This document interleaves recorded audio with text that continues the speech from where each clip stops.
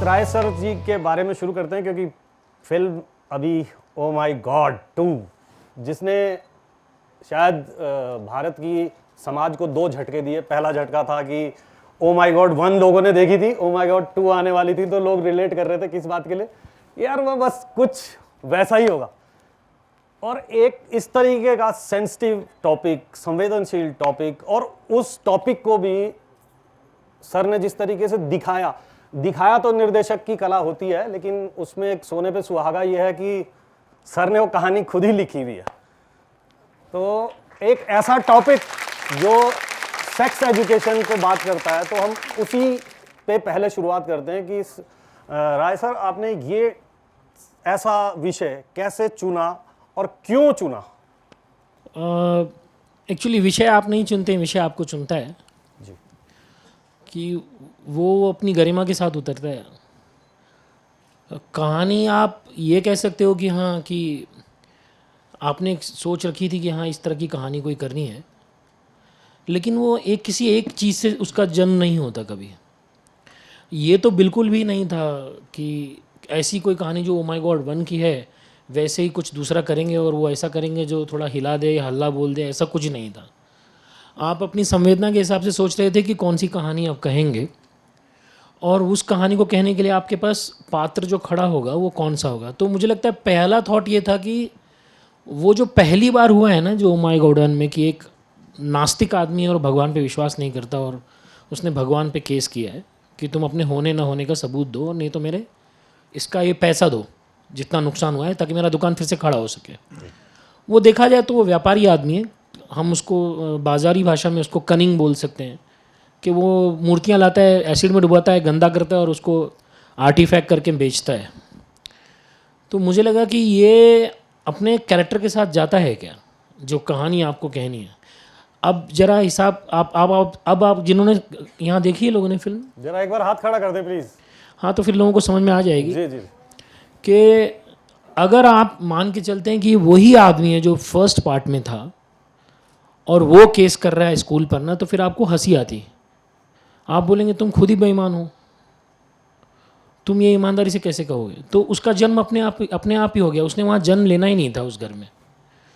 तो वो ऐसे घर में पैदा हुआ जो ऑलरेडी भगवान के बहुत नज़दीक है, जिसका दिनचर्या सवेरे 4 बजे शुरू होता है। वो पहली बार दुकान खोलने के बाद वो पहले भगवान की पूजा करता है, उसके बाद धंधे पे जाता है, अपने कामकाज पे जाता है, और हर बात में उसके भगवान के नाम शामिल है। तो ऐसा आदमी वो नास्तिक हो ही नहीं सकता, वो आस्तिक है। तो जब वो आस्तिक है तो ऑटोमेटिकली आपके पहले पार्ट से वो दूसरा पार्ट हो गया, वो बिल्कुल 360 डिग्री टर्न कर गया कि वो नास्तिक से आस्तिक हो गया। फिर अब जब आस्तिक होगा तो भगवान पे तो केस करेगा नहीं, तो वो किस्सा ही नहीं होता।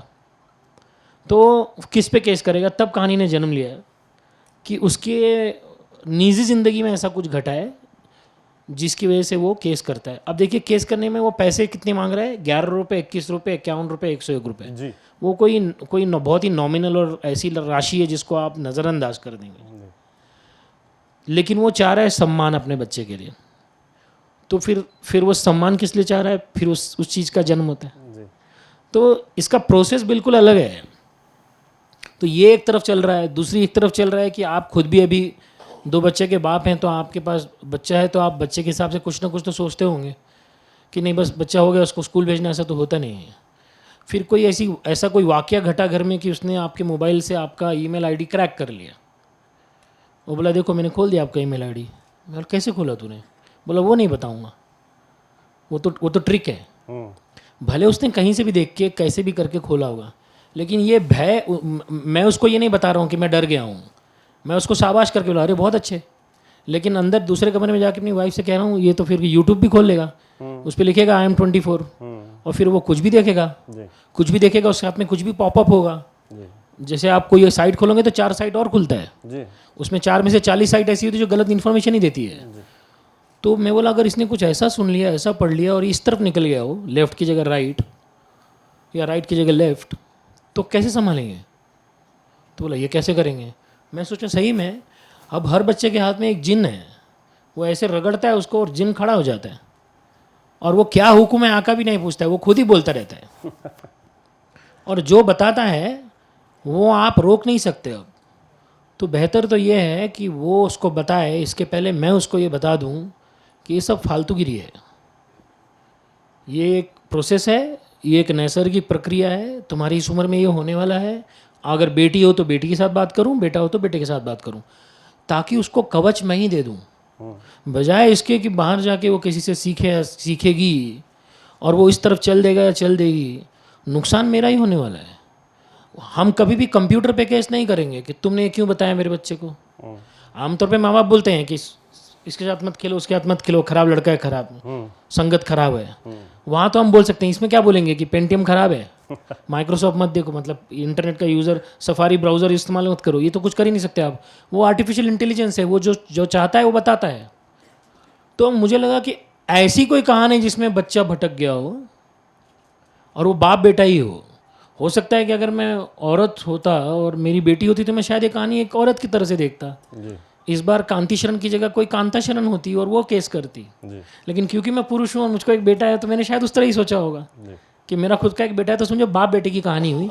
और एक बाप बेटे का रिलेशन बहुत ज़्यादा एक्सप्लोर होता नहीं हमारे देश में। बाप हमेशा खराब ही होता है, जैसे मुझे भी लगता था, बाद में समझ में आया कि बाप क्या होता है। वैसे मुझे भी लगा कि हाँ, उसको ऐसे लगता है, पापा तो ऐसे बोल रहे हैं। तो ऐसे टाइम पे बच्चा जब बोलता है कि बाप मेरे को क्यों ऐसा नंगा कर रहे हो सबकी जगह, क्योंकि बच्चे को नहीं मालूम पिताजी क्या कर रहे हैं, उसको अंत में आके समझ में आता है कि मेरे पिताजी मेरे लिए लड़ रहा है।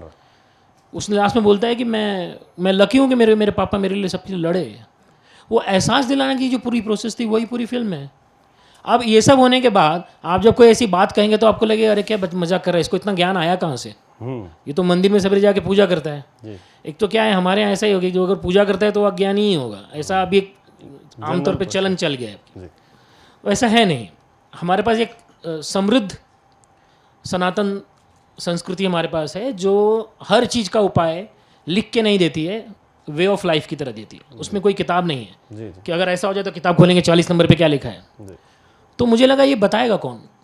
अब अगर वो आदमी आस्तिक है और उसको कोई मदद चाहिए, और अगर वो इस तरह के सब्जेक्ट से रिलेटेड, फिर दूसरा किस्सा खुल गया कि अगर किसी भगवान ने आके ये कहना है, तो अगर म्यूजिक रहेगा तो आप सरस्वती जी और कृष्ण जी ही सोचेंगे, युद्ध और बल का होगा तो आपको हनुमान जी दिमाग में आएंगे। हर भगवान का एक पिक्युलैरिटी है। इसमें एक देव ऐसा है जो कहीं भी बैठ जाता है। वो नटराज के रूप में है, वो वैद्यनाथ के रूप में सर्जरी करता है, वो भोला है, वो विध्वंस भी करता है। और कई लोगों को हमें पता ही नहीं है कि जिस वात्सायन के काम शास्त्र की हम चर्चा करते हैं वो एक्सटेंशन है। मतलब एक किताब पहले से मौजूद है जो नंदिकेश्वर ने लिखी हुई है, जो नंदी महाराज है। वो काम शास्त्र उपलब्ध है, हमने कभी देखा नहीं, में पढ़ा नहीं है। ये जो बात के 240 पन्ने हैं ना, वो वात्सायन ने उसमें जोड़े हैं। वो सेपरेट किताब नहीं है, वो एक्सटेंशन है उस किताब की। तो मैं बोला ये तो सब कुछ यहाँ ही बोला हुआ है। महान उनकी धारणा के साथ है और वो अपने प्रत्यक्ष रूप में है। तो बोला अब उनको लेके आएंगे, तो अब उनको लेके आएंगे तो साथ में फिर से वो ओ माय गॉड का फैक्टर आ जाएगा कि आप इस तरह की बात भगवान के साथ कैसे कर सकते हैं। तो सब कुछ तो अपने आप ही जुड़ गया था। तो इसमें देखिए, आप देखेंगे तो आपको लगेगा तो मैं तो अपना कुछ भी जोड़ नहीं रहा हूँ। एक यहाँ से कुछ है, यहाँ से कुछ है, यहाँ से कुछ है, फिर वो इधर उधर हिलता है। और फिर जब वो जन्म लेता है तो ऐसा भी होता है, कभी कभी बैकफायर भी होता है। हो सकता है यहाँ ना बैठकर घर में बैठा होता और सारी दुनिया गाली दे रही होती। लेकिन फिर उसके बाद होता है कि आप कहाँ से आते हैं, आपके आसपास कौन लोग रहते हैं जो आपको बताते हैं कि कौन सी स्क्रिप्ट लिखो और कैसे लिखो। तो वो भी एक गुरुओं के आशीर्वाद से और मित्रों के आशीर्वाद से रहता है कि वो आपको बताते रहते हैं। यहाँ और भी 2-3 लोग हैं जो लोग मित्र में से हैं, तो वो लोग भी मेरे बड़े क्रिटिक हैं। अच्छा। जागरण के हैं वो लोग। अच्छा जी। तो उन सबको ऐसा लग रहा हाँ यार ये, तो फिर ऐसे किसी एक चीज़ से उसका कोई उसकी उत्पत्ति नहीं हो सकती। उसमें कई लोगों का हाथ बाहर लगा होता है और फिर वो एक संपूर्ण रूप से आता है।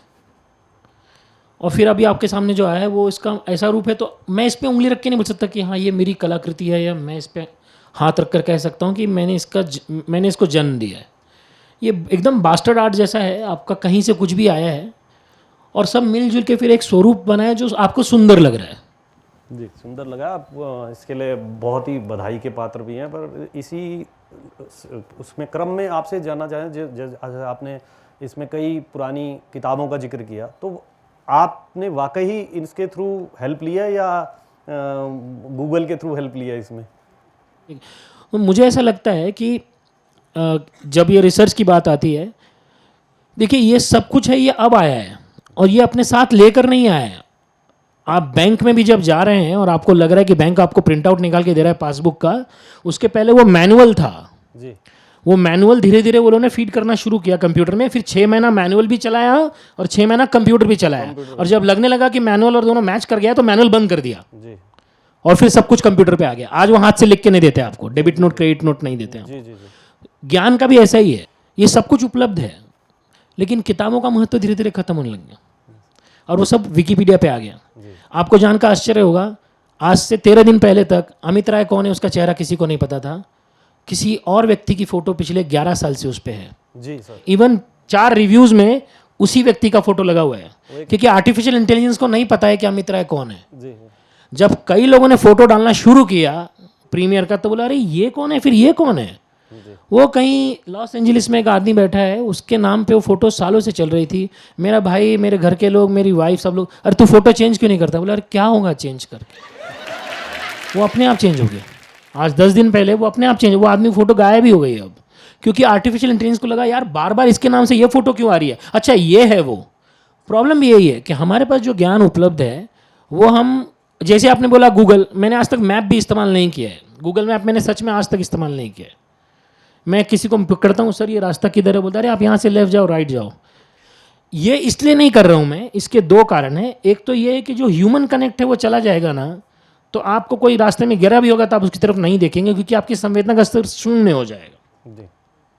आप जब कनेक्ट ही नहीं करेंगे तो आपकी संवेदना का स्तर शून्य हो जाएगा, संवाद खत्म हो जाएगा तो रिश्ता भी खत्म हो जाएगा। दूसरा, ये जो ह्यूमन माइंड है ना वो अभ्यास का आदी है। जी। आप कोशिश करके देखिए, मैं दावा कर सकता हूँ आज आप एक दिन बगैर फ़ोन के नहीं रह पाएंगे। मैं तो एक दिन बहुत बोल रहा हूँ, आप 1 घंटा नहीं रह पाएंगे। तो मेरा कारण यही था कि हाँ आपने रिसर्च सब कुछ पहले से, कह रहा हूँ ना सर, सब कुछ पहले से उपलब्ध है। वो छंद उपनिषद में लिखा हुआ है, वो कामशास्त्र में लिखा हुआ है। प्रॉब्लम हमारी तरफ है कि हम नहीं खोल के देख रहे।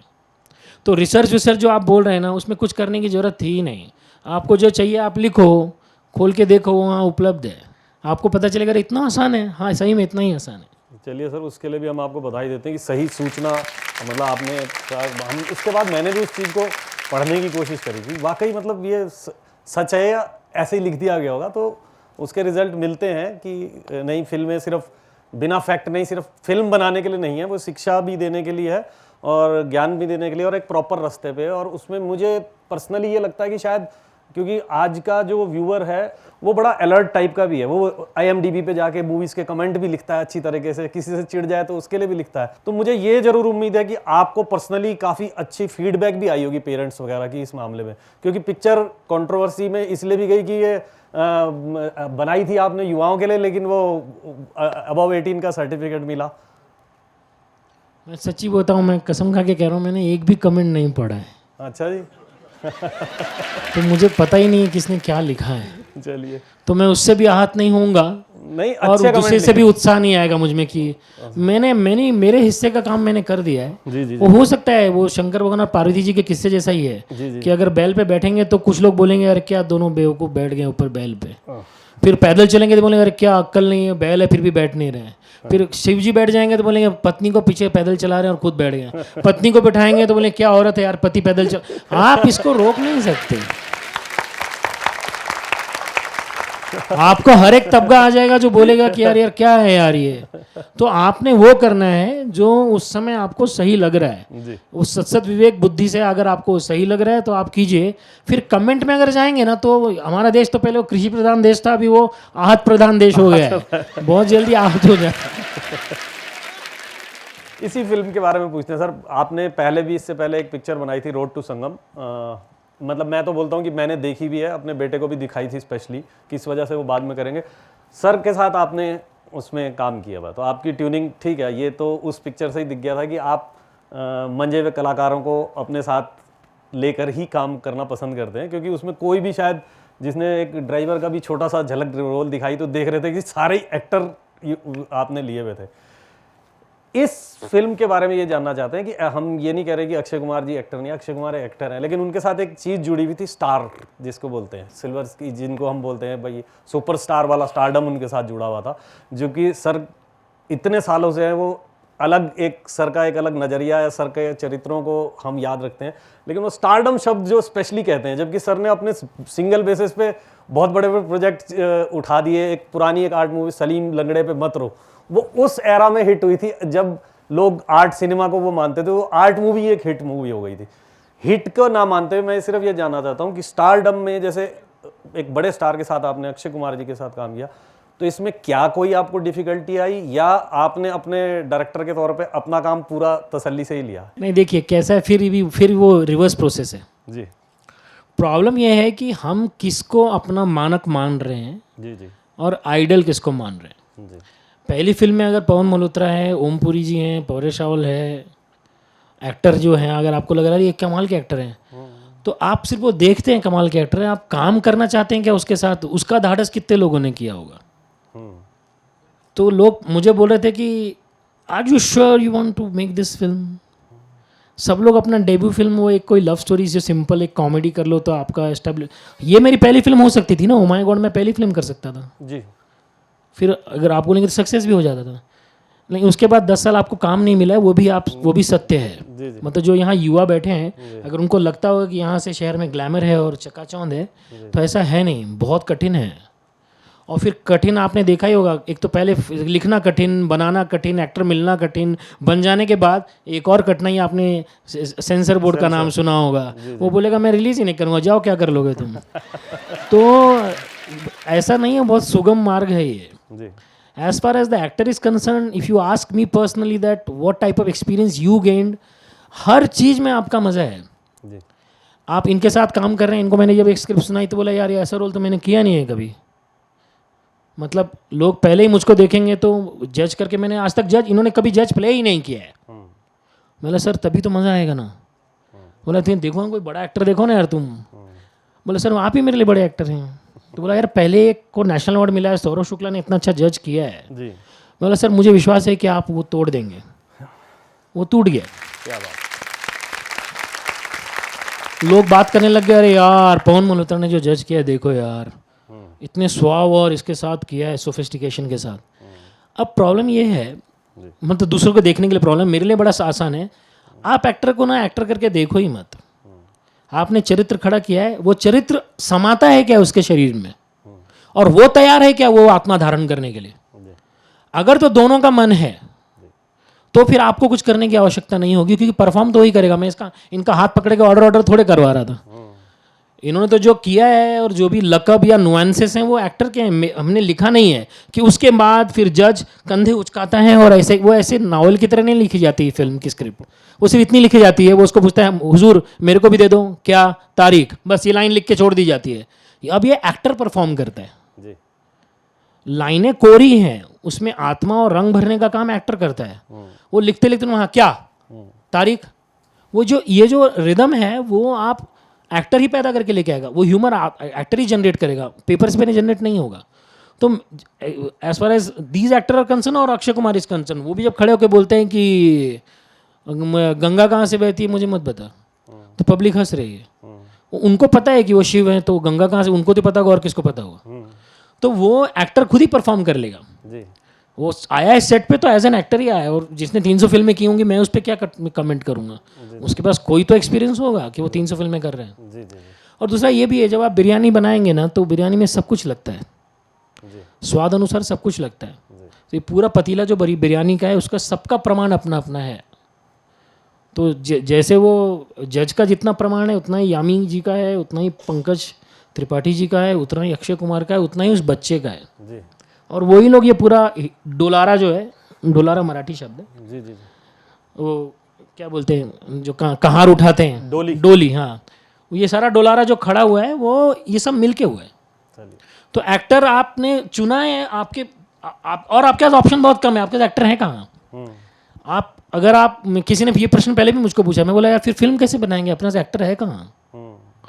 आपके पास बहुत लिमिटेड चॉइस है अच्छे एक्टरों की, और आप उनके बगैर फिल्म बना ही नहीं सकते। आप हाथ पैर जोड़िए, उनको कैसे भी मनाइए, कुछ भी पैसा दीजिए, आप सोच के देखिए, आपके मन में 2 नाम नहीं आएंगे उस एक्टर के लिए। जी even for the female role ज़्यादा विद्या बालन आएगी आपके मन में, और कोई नहीं आएगा, जी जी क्योंकि वो विश्वास ही नहीं होगा वो जो कर रही है। वो पढ़ी लिखी है, जी यामी गौतम खुद भी पढ़ी लिखी है, आपको चेहरे से पता चलता है ना कि वो पढ़ी लिखी है, सुंदर है, सोसाइटी की है, लेकिन वो बात उल्टा कर रही है। तो आप बिलीव कैसे करेंगे कि ये सच बोल रही है?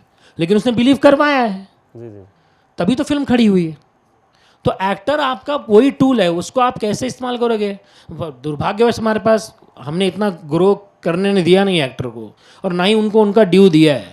ये सारा काम एक्टरों का ही है, हमारा कुछ नहीं है सर। वो बताते तो हम लिखते हैं। तो सर पवन सर, आपने मतलब आप दोनों की बॉन्डिंग पहली पिक्चर से भी दिख रही है।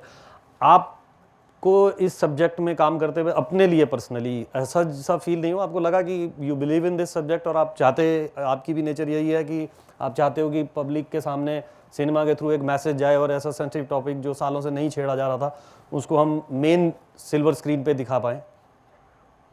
भाई सबने राम राम।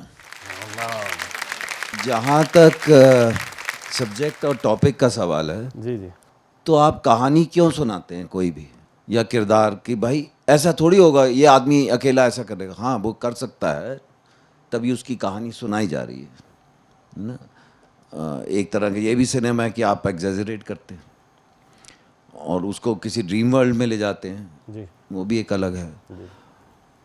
और जहाँ तक सब्जेक्ट का सवाल है, तो सच्ची बात यह है कि ड्यूरिंग द शूट मैंने प्रोड्यूसर से पूछा था, what if they give a certificate, अच्छा and producer said, one of the producers, जी जी जी कि then the whole point is lost, youngsters should see this film. Yeah. और जहाँ तक इनका सवाल है, आप कह रहे हैं पहले रिदम, सच बताओ तो रोड टू संगम के टाइम जी मैं इनको फ़ोन पे मना कर रहा था कि मुझे फिल्म नहीं करनी है।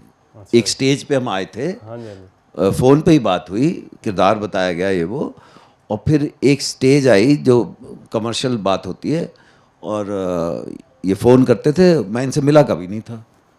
मैं बोलता था ये मुझे नहीं करनी है, आप किसी और को लीजिए। फिर ये किसी और, इनका फ़ोन आता था, मैं काट देता था। फिर ये किसी और नंबर से किसी का कर रहे, तो मैंने ऐसे भी बोला कि अरे भाई बोला ना नहीं करनी है यार, दूसरे फ़ोन से क्या हो जाएगा, बात तो तुम ही करोगे ना, ऐसे।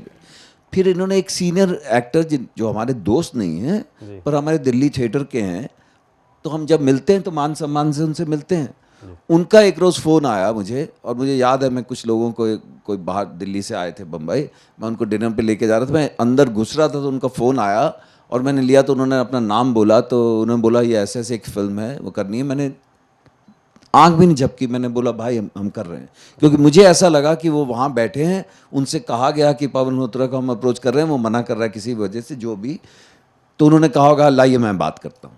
तो अगर मैं मना कर दूंगा तो उनकी क्या इज्जत है? मुझे सब्जेक्ट से कोई प्रॉब्लम नहीं थी। जी जी जी फिर जब मैंने इनके साथ काम किया तो मैं तो मतलब कि यार what a mind, what a brain, actually आज भी बोलता हूँ। जोरदार तालियां। फिल्म रिलीज के बाद ऐसे 3-4 दोस्त जिनको मैंने फ़ोन करके बोला कि भाई थैंक यू, और हमारा विश्वास गलत आदमी में नहीं था, आज भी कहता हूं, is one of the most brilliant minds in our film industry. और ये इंडस्ट्री का दुर्भाग्य है कि आप पहली फिल्म बनाने के बाद जब इन्होंने दूसरी फिल्म बनाई, बहुत बढ़िया फिल्म बनाई, और फिर वो किसी जो भी हुआ अटकी रही, फिर ये फिल्म। और एक्चुअली मैं बार बार बोलता हूं, it's so sad that these kind of brains and these kind of minds, इस तरह के लोगों को इंडस्ट्री यूज नहीं करती है। आज जब हिट हो गई तो 25 फोन आएंगे, 100 तो बिल्ली के गले में घंटी कौन बांधेगा? ये जहां से आए हैं, जी मैं इतनी इज्जत करता हूँ, बिल्कुल नीचे से, कहाँ से। और आप इनको पोइट्री बताइए तो समझ में इनको जिस तरह से आती है, आप इनको पेंटिंग दिखाइए तो समझ में आती है, जिस तरह से आदमी स्क्रिप्ट लिखता है। अभी तो इनके पास टाइम नहीं था, नहीं तो शूटिंग के दौरान हीरोइन ने टर्न करके बोला क्या रिसर्च की हुई है, बहुत सारा कुछ काट दिया गया। ओके एंड ही सेड मैं तर्क कर सकता था पर मुझे मेरी फिल्म रिलीज करानी थी, my producers were under pressure, जी यू नो। और सैड पार्ट यह है कि हमारी संस्कृति हमें खुद नहीं पता है, और संस्कृति की जो बात करता है आप उसको पिछड़ा हुआ समझते हैं। बिल्कुल। और बहुत सारे लोग ऐसे हैं जो बड़े बड़े नाम लेते हैं, विलियम, कॉफका, जॉन पॉल सार्त्रे, और मैं कई बार कहता हूँ कि अबे वो सामने दीवार पे तुम्हें लाल रंग समझ में नहीं आ रहा, ये पौधा नहीं दिख रहा, और आप मुझे पोइट्री सुना रहे हो ना?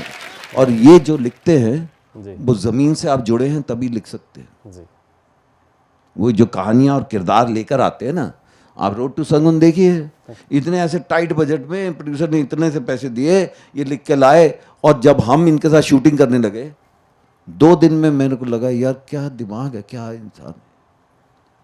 उसके बाद मेरा रुख ही इनसे बदल गया, है ना। इसमें भी जब ये फिल्म बना रहे थे, जैसे कि इन्होंने कहा, तो एक तो भाई मुझे डर था कि इस तरह से कंपेयर किया जाएगा, और दूसरा जब हम ये कह रहे थे कि आप किसी स्टार को लीजिए, क्योंकि मैं चाहता था ये तालाब के अंदर जाए। हम तो इतने सालों से, हमारे तो अभी भी तालाब के बाहर ही पाँव थोड़े से गीले हैं, हम तालाब के अंदर नहीं हैं। मैं चाहता था ये जाएं, वो जो भी इंडियन फिल्म इंडस्ट्री का तालाब है उसके बीच में जाएं। और मैंने ऐसे 3-4 दोस्तों को, एक रीडिंग हुई थी तो उसमें बुला के इनको बोला था, अगर किसी वजह से प्रोड्यूसर के प्रेशर या वो जो भी प्रपोजल मेकिंग होती है, हम में से कोई इनकी फिल्म का हिस्सा नहीं होगा, जो दोस्त साथ में खड़े रहे, तो कोई नाराज़ नहीं होगा, क्योंकि हम इतने टाइम से क्या चाह रहे थे कि he should be there seen, his work should be scene.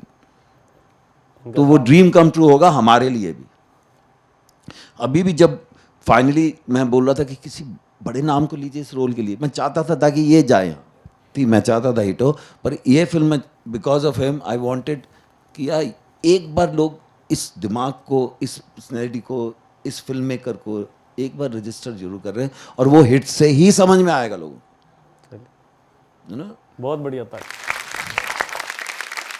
और दैनिक जागरण को धन्यवाद दीजिए कि वो चाहे हार्डकोर कमर्शियल फिल्म आपको दिखा रहे हैं, जी जी वीर ज़ारा, जी जी या इस तरह का सिनेमा जो ये बनाते हैं, या बीच का जो भी, वो लोगों तक पहुंचाते हैं, लोग आते हैं थिएटर में देखते हैं, यू नो। एक फेस्टिवल की एक अलग बात होती है। आज की डेट में तो घरों में बैठ के आप कुछ भी देख सकते हो, जी सर। इज देयर, पर जब आप इस तरह इकट्ठे होते हो, और जो सिनेमा प्रेमी हैं वो इकट्ठे होते हैं, तो फिल्म के बाद कुछ डिस्कशन होती है, कुछ बात होती है, जी एक पूरा का पूरा जो फेस्टिवल कहलाता है वो फेस्टिविटी का माहौल बनता है, जी जी और वो बहुत अच्छी चीज़ होती जी। है ना।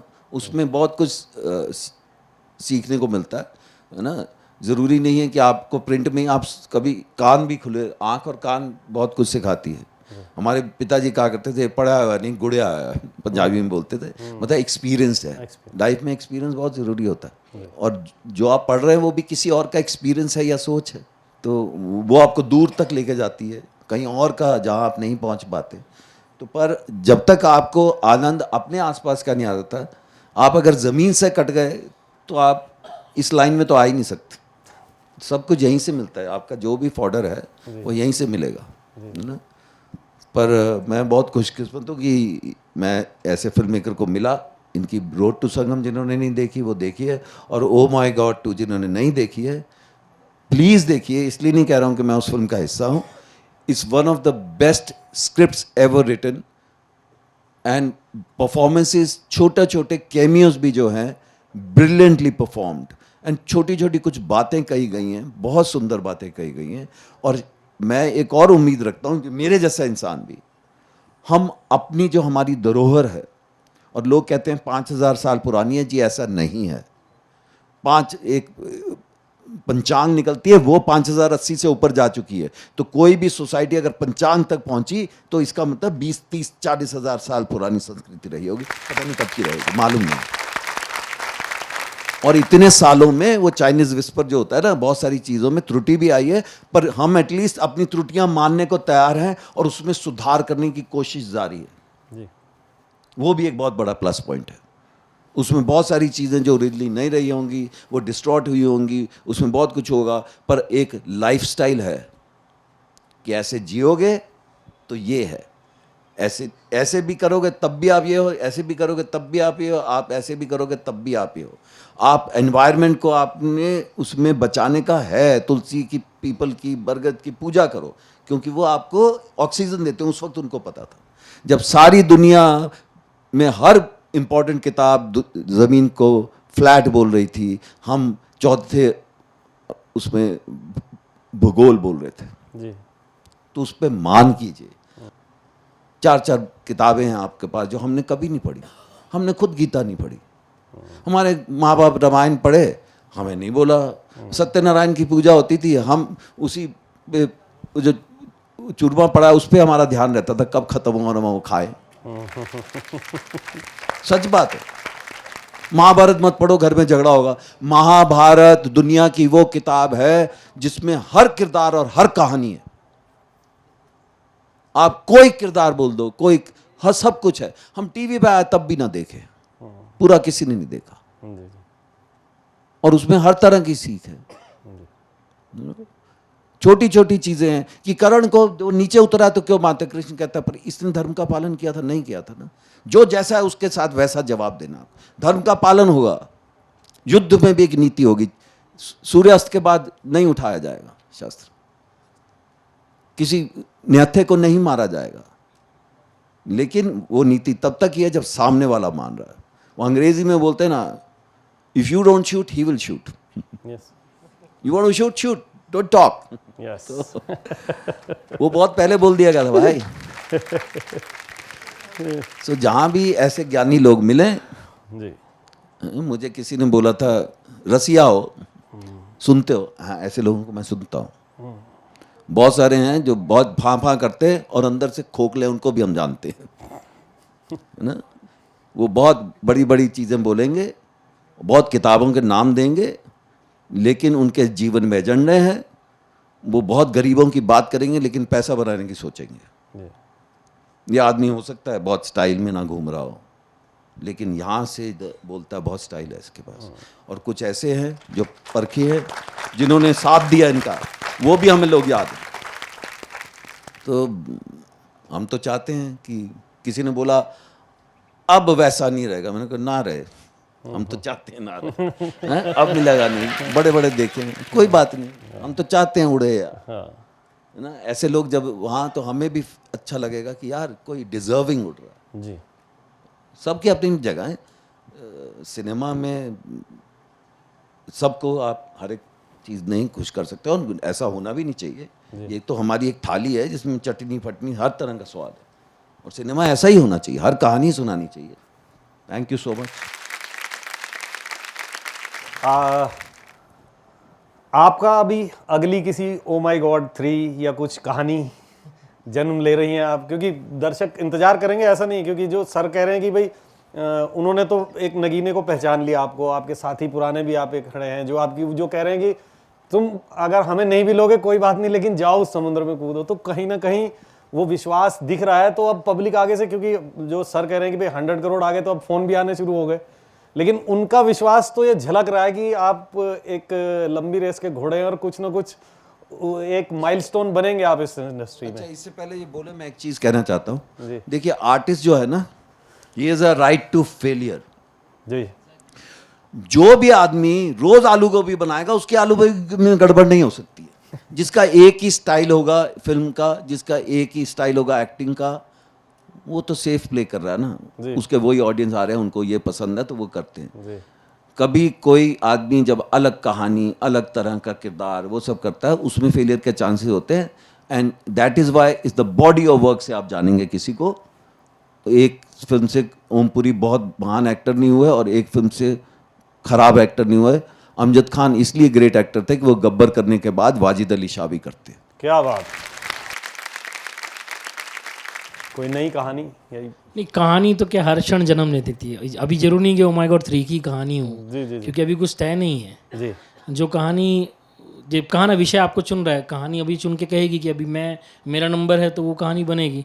अब उसके लिए अगर एक्टर आएगा सामने और फिर उसमें सबकी रूपरेखा तैयार हो जाएगी तो वो कहानी भी तैयार हो जाएगी। हाँ, लेकिन इतना मुझे पता है कि जो कहानी होगी उसका सामाजिक दायित्व पूरा करने का जो जिम्मा हम पर है, वो भले एंटरटेनमेंट से हो या सीख देने के लिए हो या परफॉर्मेंस बेस्ड हो या म्यूजिक हो, वो हम लोग ईमानदारी से करेंगे। हमारा सबसे बेसिक प्रॉब्लम यही हो गया है कि जो सबसे एसेंशियल इंग्रेडिएंट है जो जिसके बगैर कोई भी जीवन में काम नहीं बनता, एक्चुअली हम वही मिस कर गए हैं। जहाँ ये मेरी व्यक्तिगत राय है कि मुझे ये काम करना है और ये फिल्म बनानी है, उसके पहले मेरा मन तो होना चाहिए उसमें। अगर मेरा मन 100% उसमें लगा हुआ है 100%, तो ही उसका रिजल्ट भी निखरेगा। आपको ओ माय गॉड 2 इसलिए भी शायद ज़्यादा अच्छी लग रही है क्योंकि उसके इंटेंट में एक रत्ती भी बेमानी नहीं है। आपने ये इसलिए नहीं बनाई कि चलो चलो एक ऐसा कुछ बनाते हैं जो लोगों को हल्ला बोलेंगे। आपके इंटेंट में वो ईमानदारी रही होगी और फिर एक्टर जो आया है उसने भी सादगी के साथ और उस सच्ची नीयत के साथ परफॉर्म किया है, तभी उसके चेहरे पे भी बाप का इमोशन झलक रहा है। तो मुझे लगता है कि वो इंटेंट ही हमारे यहाँ सब सेक्टर में प्रॉब्लमेटिक हुआ है। और जैसे अब मुझको एयरपोर्ट पे कोई बोला था, यार तुम लोग फिल्मों की बात करें, हमारे कॉर्पोरेट में भी ऐसा ही है। क्योंकि जिस मशीन से हम सब आ रहे हैं ना, उस मशीन में कुछ कहीं गड़बड़ी है क्या, कि हम अपने घरों में नहीं बता रहे हैं क्या बच्चों को। अगर वहाँ कुछ प्रॉब्लम है तो फिर अगर वहाँ ठीक हो जाएगा ना, तो फिर आप आगे जब कोई काम करेंगे तो अपने आप वो अच्छा होगा ही। Thank you so much for the lovely session.